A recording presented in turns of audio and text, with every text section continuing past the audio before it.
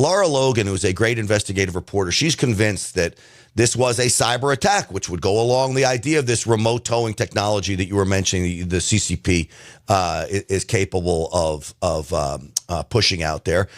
She made a comment which I thought was interesting. She says, when it comes to the United States, if you attack the United States military, it's game over. We'll have a big response, typically, not so much under Joe Biden because we saw what's going on in the Middle East now, but typically you attack the United States military, it's a giant response. If you attack infrastructure in the United States, cyber attacks on American businesses, maybe cargo ships, nothing happens.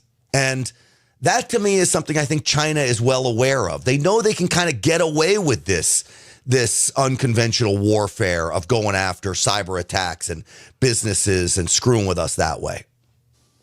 Yeah. And they've been targeting all the people, not just military personnel, let alone Xi Jinping is waiting for the perfect timing when this vaccine disaster happened. Like if you look at the rate, how much, like the percentage of vaxxed, personnel and soldiers in the United States compared to the percentage in China, right? Xi Jinping gave clear order that the military must not take the vaccine.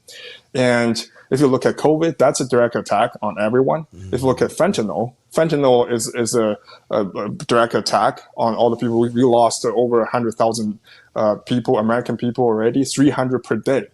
We're talking about this rate. And also, infrastructure. I think the CCP has a long-term plan of taking over. So we talk about the capability. All these shenanigans, the CCP absolutely have the capability to do this, but also they have the motive as well, because their plan, 2035, 2045, 49, they have a wholesome plan to take over the dominant position of the United States. And also, if you look in a micro perspective, it's the disruption of this I-95 corridor, the disruption of the supply chain and the transportation benefits them.